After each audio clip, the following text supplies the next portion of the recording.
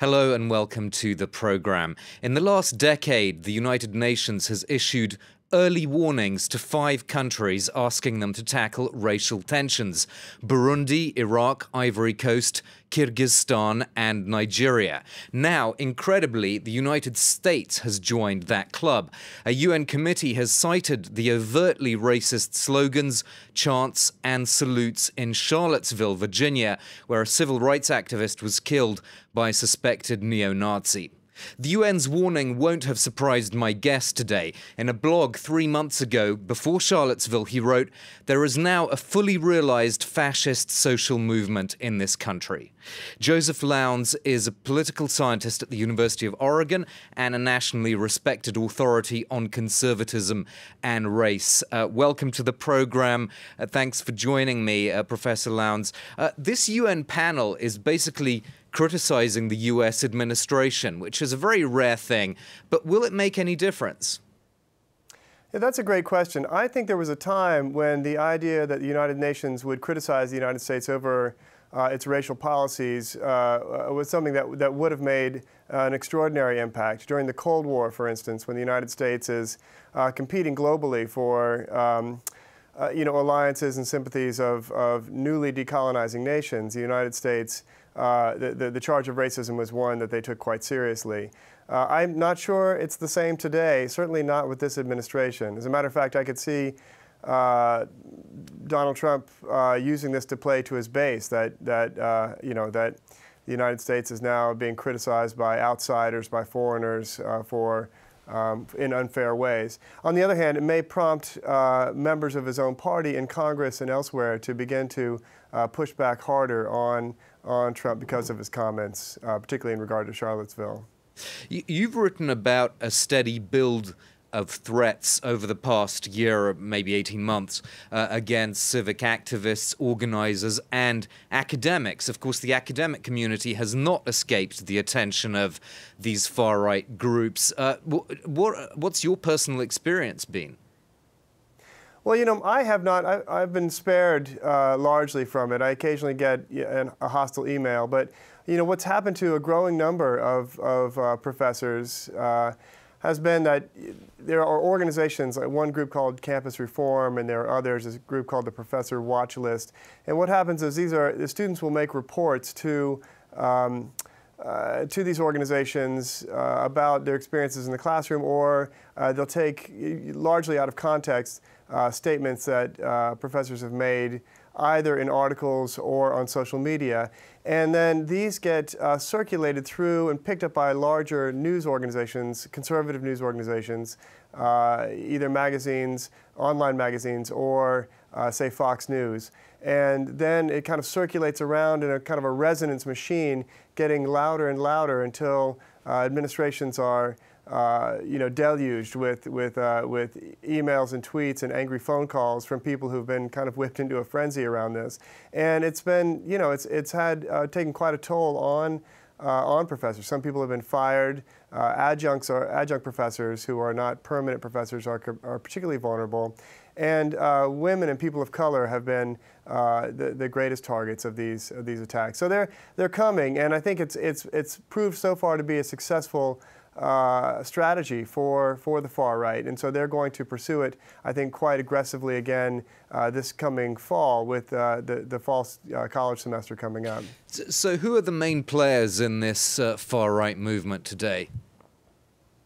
Well, there are many sites of it. I think in terms of the attacks on campuses, on professors, it largely goes through a group called Turning Point USA, another one called Campus Reform.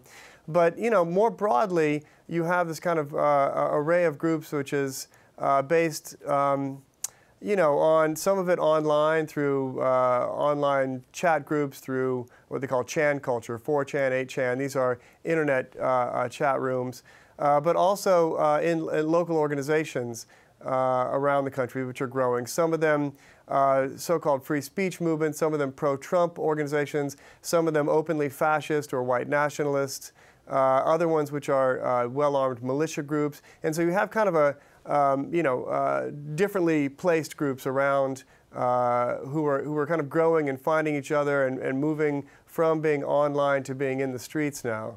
And to get back to the events in Charlottesville, do you see these neo-Confederate groups as perhaps the most dynamic of these dissident right-wing groups right now?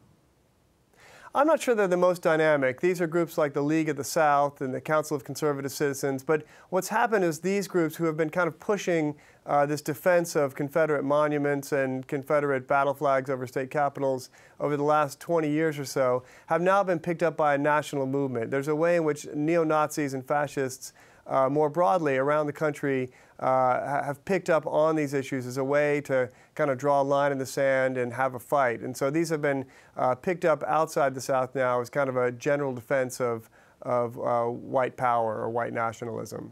And in terms of the removal of these statues, isn't basically this really playing into the hands of the U.S. administration, of Donald Trump, I should say, by reigniting these culture wars? I mean, aren't liberals playing into his hands and basically making sure that the media don't talk about issues like coal mining jobs not coming back en masse?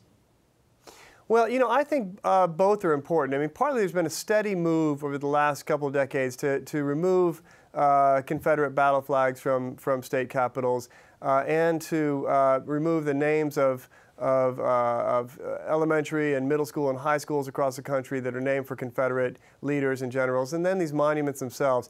There's been, you know, and these have not been controversial. In a lot of cities, these have been, these monuments have been taken down, you know, kind of slowly and over time. I think now the far right has seized on this moment to really accelerate their you know, what they want to have is a growing racial conflict in the country. But I'm not sure that the removal of these symbols themselves create the backlash as much as something that has been opportunistically seized on, where there's plenty of other places where these groups might have also seized on had these not been available.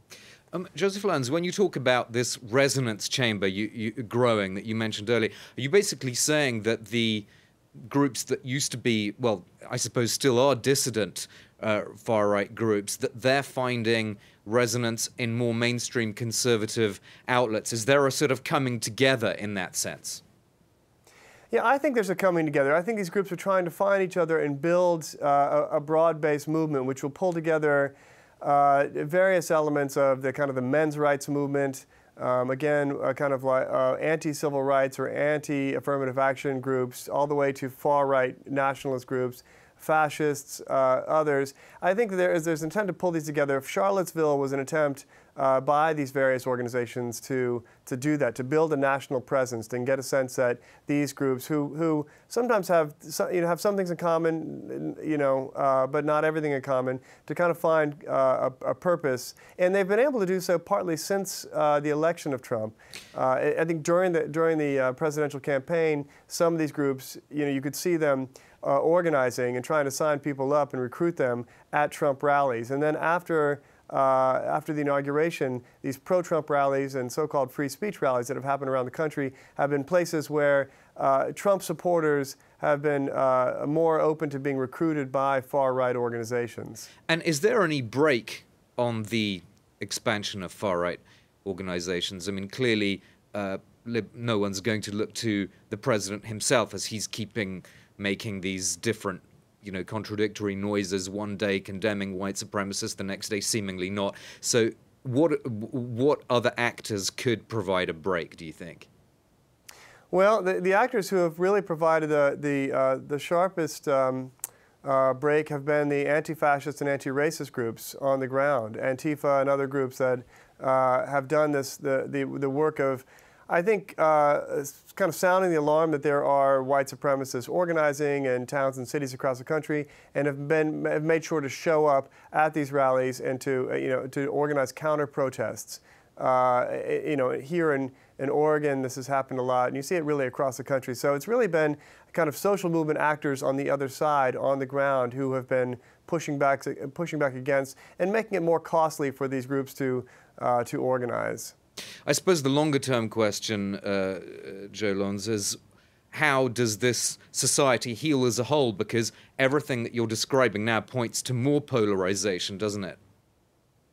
Yeah, I think so. I think we're seeing, I mean, this is a country that's been always polarized. I mean, it's a nation founded on slavery and native genocide, and has had, racial problems and racial hierarchy at the center of U.S. politics since the founding. So it's not as if we haven't had these problems before. I mean, one thing you could say about the UN report is that it's a long time coming. We have a mass incarceration system and regular police shootings of black and brown people, among other things. So it's not as if we haven't had these problems, and it's not as if we haven't been sharply divided by racial issues. So in a way, some of these things are brought more to the surface, and it is more extraordinary to see someone occupying the office of the president seeming to endorse these groups. So I think that is new, but I'm not sure that polarization hasn't been there. There are long-running tensions that have been present, which have kind of allowed this. I imagine it will continue to grow. This administration is unlikely to do anything about it, partly because the Department of Justice under Jeff Sessions has refused to act on any of these extremist threats from the right. You have a growing and extraordinarily well-armed militia movement, for instance, which has played a decisive role in the streets around a number of these rallies. Local police, state police are hesitant to try to disarm them or push back against them when they're at these rallies. So I do think we are in kind of a new moment. And I'm not sure I would say we're so much societally divided in that way around these movements, as these movements themselves are growing, and it remains to be seen how they'll be countered. Okay, we'll have to end it there. We've run out of time, but thank you so much for joining me on France 24, Professor Joseph Lowndes from the University of Oregon. That's all for this edition of The Interview here on France 24.